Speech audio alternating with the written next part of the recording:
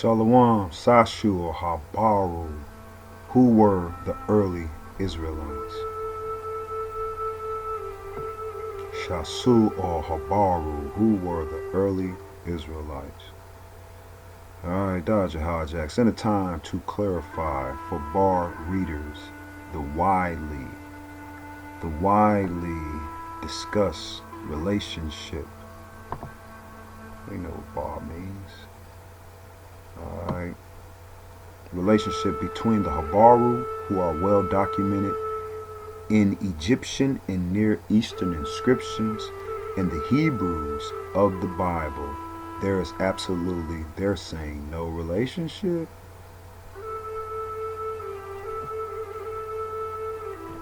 The first appearance of the term Habaru, also Haparu, surfaced the late 19th century in cuneiform. Okay, now cuneiform is what we seen before with the initials like PRW, right? That was cuneiform.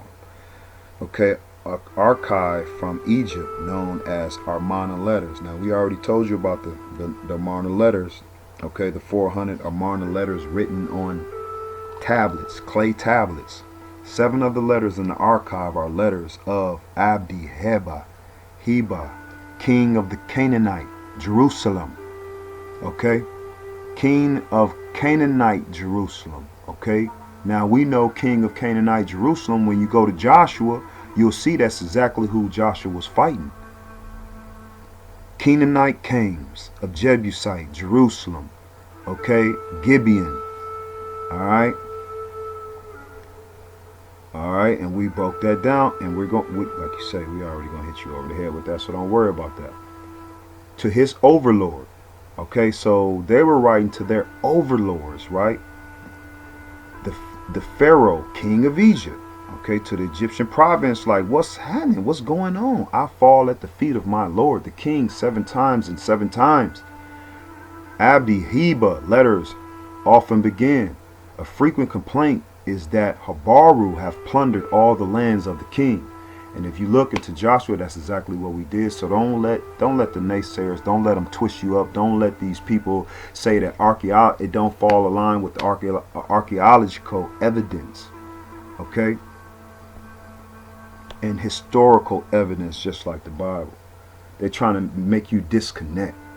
Okay? They're trying to disconnect you. Alright, a frequent complaint is that Habaru have plundered all the lands of the kings. And remember what they said, they don't say a word. Okay, he said they don't say a word. Okay, remember when Joshua went in and took over Jericho, Joshua told them, we will not speak. We will not speak until we've taken over Jericho. So that was part of the, man, you already know. Listen. We use the scriptures to break it down. So in the scriptures, they gave too many clues, too many details. The point is, man, we got you surrounded.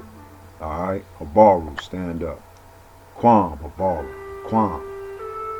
All right, so the Habaru have taken the very cities of the king, the Canaanite king, okay, of Yaharusalam. If Pharaoh does not send archers, we know what that is, right? Centurion. Archers are centurion. That means if the Pharaoh do not send captains over 100 with a fleet of 100, okay, the land of the king will desert to the Habaru. Okay, to the Habaru. Abdi Heba complains that the Pharaoh is not sufficiently helping him. The Pharaoh is not sufficiently helping him. Okay.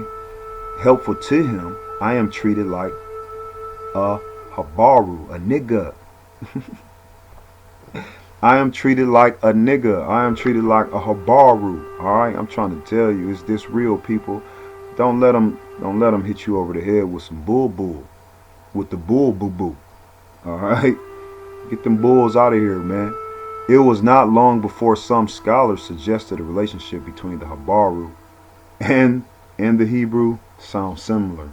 Yeah, I know, but stay away from these dudes right here. You see this? Scholars, they don't know what they talking about, man. Stay away from them so-called scholars who've been paid, who take money to find answers. Okay? Niggas who take money to find answers, them scholars, you gotta stay away from them, okay? Alright, so, you know, because they looking for they looking for that big hit, you know, they just, you gotta understand. They'll lie, man, and I can pay you to lie for me, and that's the bottom line. If I'm giving you money, then I control you. I can pay you to lie for me, okay? So, y'all check that out, but we gonna hit you over the head, so. All about Abraham the Habiru, alright? Because I'm trying to prove Abraham was known as a Habiru. And the reason why I got a K right here is because that it was more of a het sound than a hey sound, alright? But if you want to say Habiru, that's cool. I got two subtitles that describe my PowerPoint that I'm going to be discussing. It's called Social Groups to National Powers, okay, as we see in the Bible. And just breaking down the history of the Hebrews themselves, you have Hebrew nationality from Habiru socialism. So that's basically what I'm going to be discussing. That's basically what I'm breaking down right here today. And I'm glad y'all attended. You know what I'm saying? Kwam Yasharala. All right, with no rubbing feet during my presentation. Put that out there. Let everybody know what's going on over here. All right. So if I'm going to prove that Abraham and the Hebrews themselves are Habirus of the ancient Near East, then we have to look up some traits. Habiru traits of Abram. All right. And I'm using Abram because I don't want to express the fact of his name being changed in later times, but the earliest name he was called during the time of his travels and sojourn. All right, so let's look at some things real quick. Abraham migrated inside and outside of urban societies and owned cattle, just as Habirus did. Abraham was known as a captain or chieftain to native people in the land which he migrated in. The Bible also talks about that. These two points are in red because they're more important for you to understand about the correlation between Abraham and the Habirus. Abraham had confederacy with both Hittites and Amorites as support groups, all right, for information, military, and trade, which these are two important traits right here, military and trade, that I want you to think about during this presentation because the rest of the information is going to tackle some of those things. And Abraham had 318 trained servants of his own band, okay? That's very important too. And waged war with other rulers who threatened smaller clans. So these are my four pivotal points that I'm going to base my whole presentation off of, and we're going to find out today if this can be correlated with scholastic information, which it is, and also does the Bible give for historicity, which it does. All right. So before we get into that too, let's look at some neutral and negative descriptions of the Habiru. All right, neutral and negative descriptions. All right, often outlaws and displaced people from urban societies, okay, who at times become conglomerate, which means they come together with other displaced peoples or clans. This is what Habirus did a lot. Habirus are known as robbers associated with the Pseudo-Sumerian logogram sagaz. And sagaz means one who breaks sinews or murders. All right, if he was down south, you would call him a head buster and things of that nature because that was the literal definition for them. They'll bust your head open. All right, this is the Journal of the Near East. Anthropological research in the field of tribal society in ancient times has made a major contribution in clarifying the problem at hand. Documents discovered at Mari and recently published also contribute to a better understanding of the meaning of the term Habiru. See below, recent archaeological research in Palestine, and in particular in the hill countries where the Israelites settled in the pre-monarchical period, also have helped eliminate certain erroneous notions about the Habiru. This evidence encourages new discussion of the relationships between the Habiru and Hebrew, and may even offer somewhat different answers to these questions. All right, that's a little bit too big. I don't know why, but it don't matter. All right, now, common to all the people designated as Habiru. This is very important. Common to all the people designated as Habiru. I can replace that and say, common to all the people designated or called niggers, all right, is the fact that they were uprooted from their original political and social framework and forced to adapt to new environments. The different traits and social behavior of the Habiru in each area of the ancient Near East, Eastern Asia, are the outcome of this adaptation to new circumstances. So what that say? Among what? Among reasons for breaking off their former political and social ties were wars, disasters, famines, debts, heavy taxes, prolonged military service, and so on. So we see that these people was taken out of their society, taken out of their land, based upon and due to the fact of, thank you, bro, based upon famine, debt, heavy taxes, and prolonged military service. The same thing we go through today. But like I said, that's a whole different topic. That's a whole different PowerPoint, because we see that this is why people are uprooted, and this is why people leave their countries. This is why people became foreigners, as we're going to read on. Recent studies on the tribes have shown that the poorest tribal elements, those whose livestock or lands diminish to the point at which it is no longer sufficient to sustain a family, often left their tribes to seek a living elsewhere. It should be emphasized that the tribal framework was basically territorial and included inhabitants of a small town and villages as well as nomads. Tribal ties encompass large areas and function as a loose social structure which united many groups and families of a different nature, of diverse nature, So as we can plainly see here, Abraham traveling, 318 servants. He has confederacy with Amorites and Hittites. Let you know right there that this brother would be considered as a Habiru, looked upon ancient people from other societies. But they don't want to classify Abraham as a Habiru because it would give some type of leeway to the origins of the Hebrews. This is what scholars try to stay away from. This is what Kemetic scholars try to stay away from. This is what a lot of white scholars try to stay away from, because they don't want the Hebrews, nor do they want the Bible to actually have any type of ties to ancient history. Shalom, pull out your swords so I can show you what I'm talking about Abraham. Alright, if you go to Genesis 14, go to Genesis chapter 14, verse 13.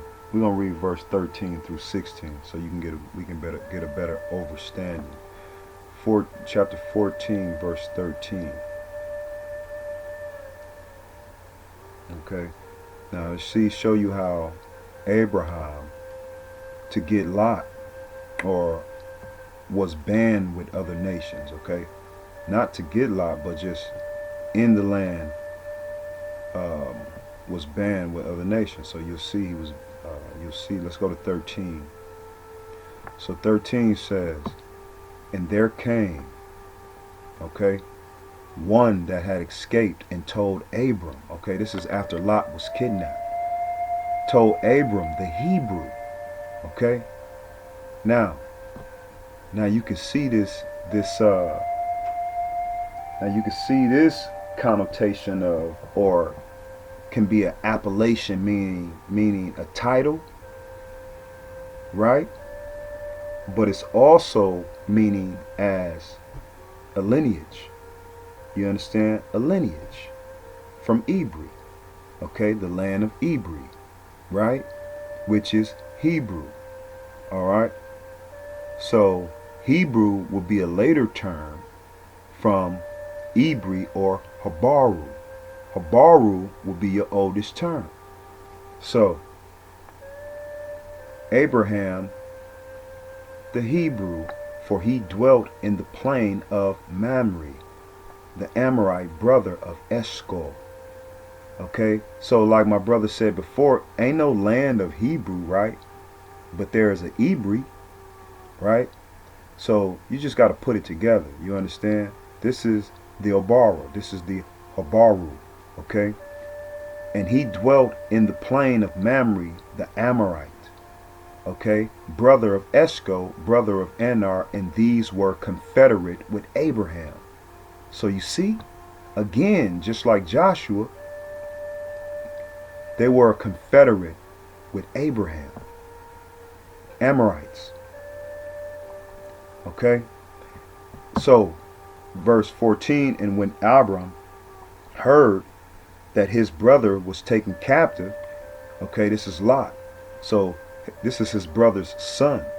So when he heard of his brother's son was taken captive, he armed and trained servants born in his house, 318, and pursued them unto Dan.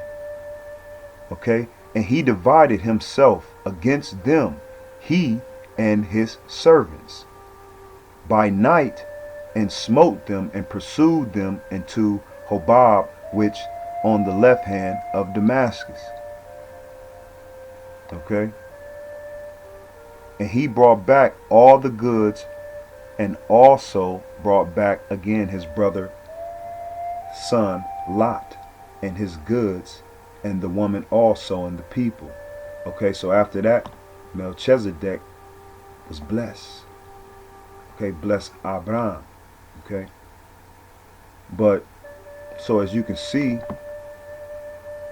how these were confederate with Abraham. Okay, just like in Joshua. Okay, so the Amorites were in confederate with Abraham. Okay, and some of them were his servants that were born in his house. Okay, and that can mean two things: born in the house of Abraham through a lineage seed, or it can mean they were just born in his house. You understand? Whether they were Amorites or, you understand? So he built a confederate, and they were a gang. You get it? They were a gang. And the leader was an Abaru, a Hebrew. Okay? And they all were for the cause of the God, the creator of Abraham, Isaac, and Jacob. Okay? They all bowed down to the cause of the God of Abraham, Isaac, and Jacob. Alright? Okay, so let's check out Genesis 23 while we're here, right? Genesis 23, so we can see the same thing. Genesis 23, verse 4 through 8. So this is Sarah's death, burial, 4 through 8. Okay, and so he tells them, this is proof. And Abraham stood up from before his dead, which was Sarah, and spoke unto the sons of Heth, saying, okay, the sons of Heth, a Canaanite. Okay, the sons of Heth was a Canaanite. I am a stranger and a sojourner with you. Give me a possession of a burying place with you, that I may bury my dead out of sight. And the children of Heth, which were Canaanites, answered Abraham, saying unto him. So this is, now his name is Abraham, because this is after the visit of Melchizedek. All right, when they ate the blood and when they drank the wine, and you understand? Saying unto him, hear us. Well, where the wine was symbolic. Okay, hear us, my Lord. Thou art a mighty prince. So this is what the Canaanites are saying to Abraham. Thou art a mighty prince among us, in the choice of our sepulchres. Okay, these were tombs. Okay, a burying place, a grave, a sepulcher, a tomb. Okay, so he basically saying that, man, you don't got to buy it. We'll give it to you, and we'll give you the land. You are a mighty one. You are a mighty prince. Prince of who? All right, Prince of Hawa, our creator. So we'll give you a sepulcher to bury your dead. None of us shall withhold this from you, his sepulcher, but that you may bury your dead. Okay. So it's showing you the league, the confederate they had against each other, the covenant. Okay. And Abraham stood up and bowed himself to the people of the land, even to the children of Heth, which were Canaanites. And he communed with them. Okay. He communed with them.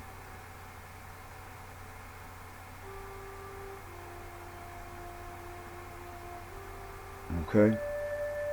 He communed with them, saying, if it be your mind that I should bury my dead out of sight, hear me, and entreat for me to Ephron, the son of Sohar.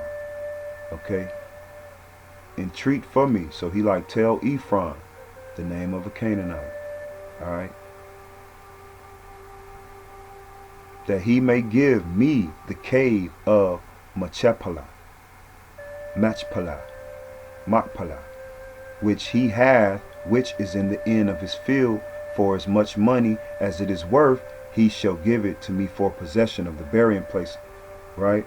Of a burying place among you, okay? And Ephraim dwelt among the children of Heth, okay? Ephraim, okay? Ephraim, okay? Dwelt among the children of Heth, and Ephraim the Hittite, okay? The Hittite, a Canaanite, answered Abraham in the audience of the children of Heth while they were around, okay? A Canaanite, even of all that went in at the gate of his city, saying, No, my Lord. They called Abram my Lord. Hear me, the field I give to you, and the cave that is therein I give it to you in the presence of the son of my people, for you to bury your dead. Okay, and Abraham bowed to him before the people of the land. So he gave him the land. And he spoke unto Ephraim in the audience, and spoke of the land, saying, But if thou wilt give it, I pay thee. Hear me, I will give thee money for the field. Take it. Okay, Abraham tried to pay him. Ephraim answered to him, saying, My Lord, hearken unto me. Listen.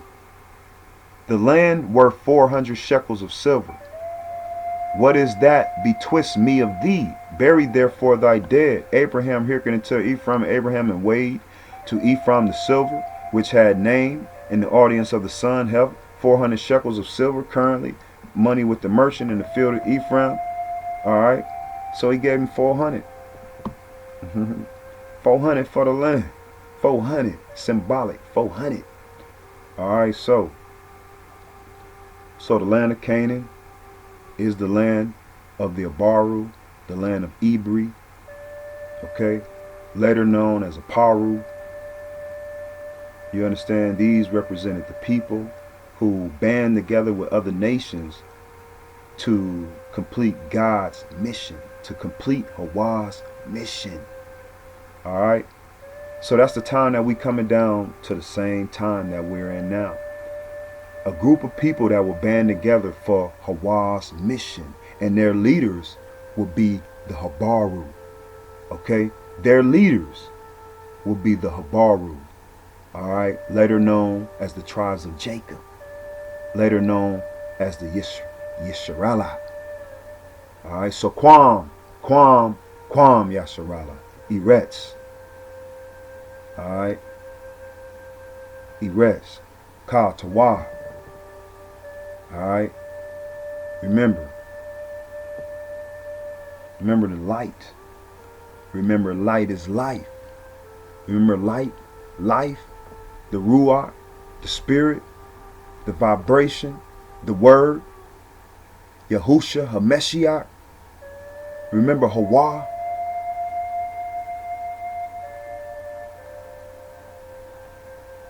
And we good. Ba Hashem. Abba, Hawa, Yahushua, Hameshiach. Now this is the big part. How much time do I got? I'm good. All right, this is the part that it always cuts off on. It ain't gonna cut off now. Now we got Habiru, Apiru, and Ibrim. Okay. Now this is my terminology that I coined. It's called philological nuance. And baby, did you look up nuance? Can I see that real quick? You can read it if you want. Now, philology is dealing with textual criticism, dealing with linguistics, dealing with context. So we're dealing with linguistics here. And then we're also dealing with the linguistical nuance of this word right here. And these are definitely nuances to this word. Can you read what that is, love? Read! That's right. And I'm coming for you, Tesoria. All right, that's it. Nuance, right? Yeah. All right, it say a subtle difference or distinction in expression, meaning, response, etc. It also say a very slight difference or variation in color or tone. Okay. So we see that Apiru and Ibrim is actually a different tone from Habiru or Habiru. because they still have a similar social status connected to it. Okay. So we can actually say that the origins do come from this. Hebrew would come from that. Even though it means some crossover, this word in different contexts will mean somebody that migrates. So it is a nuance to this. So it's a philological nuance.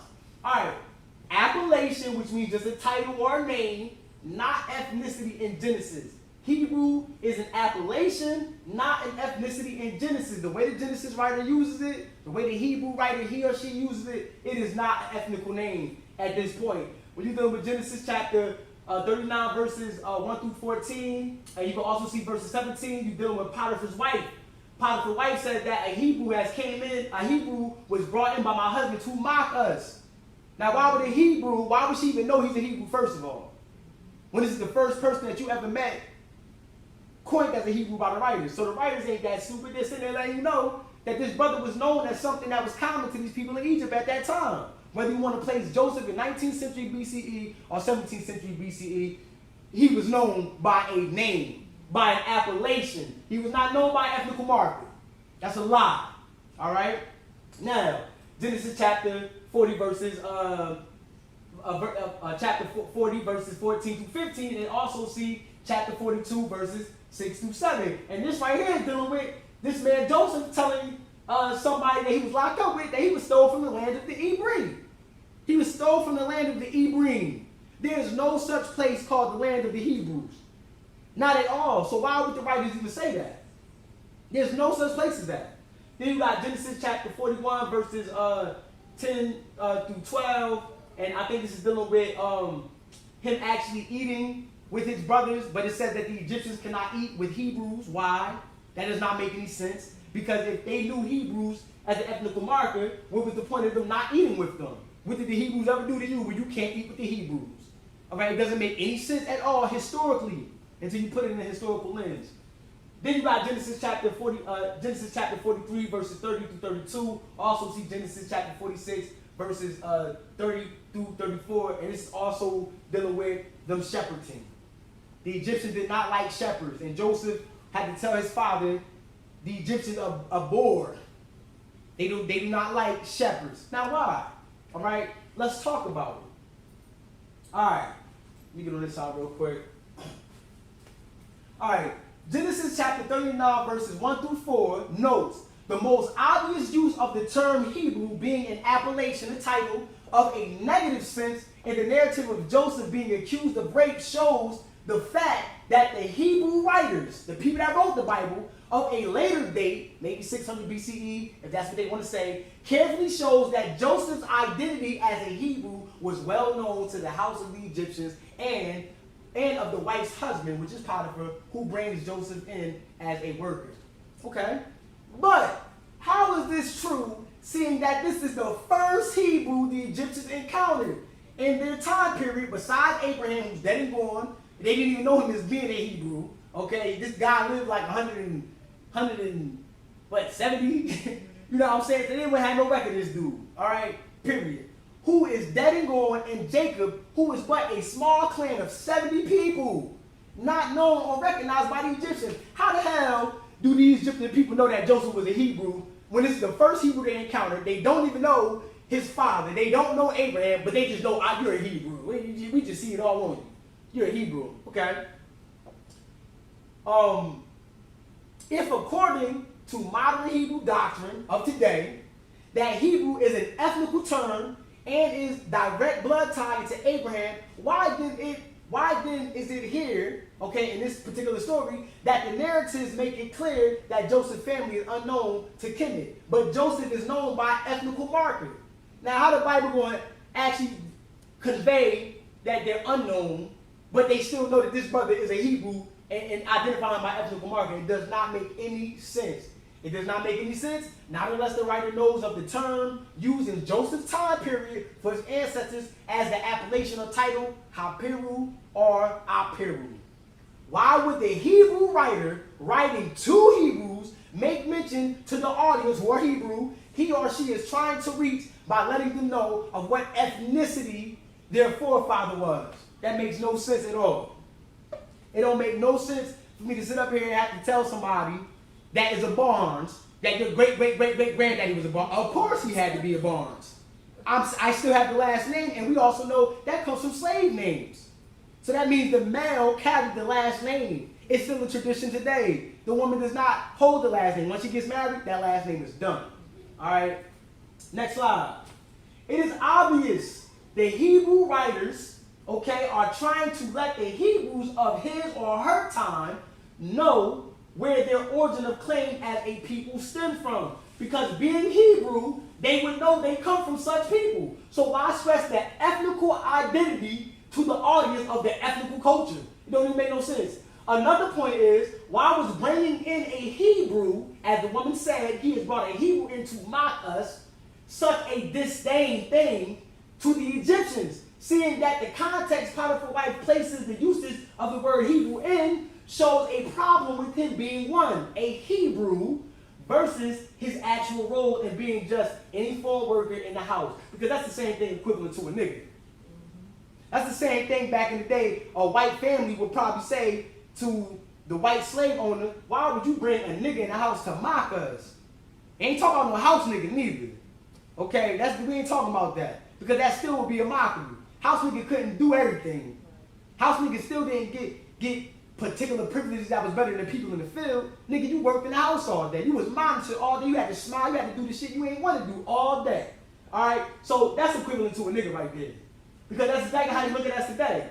That's that. You get a high position somewhere in some office somewhere. They gonna look at the boss and say, you mocking us or something? You got this nigga up here with us? All right?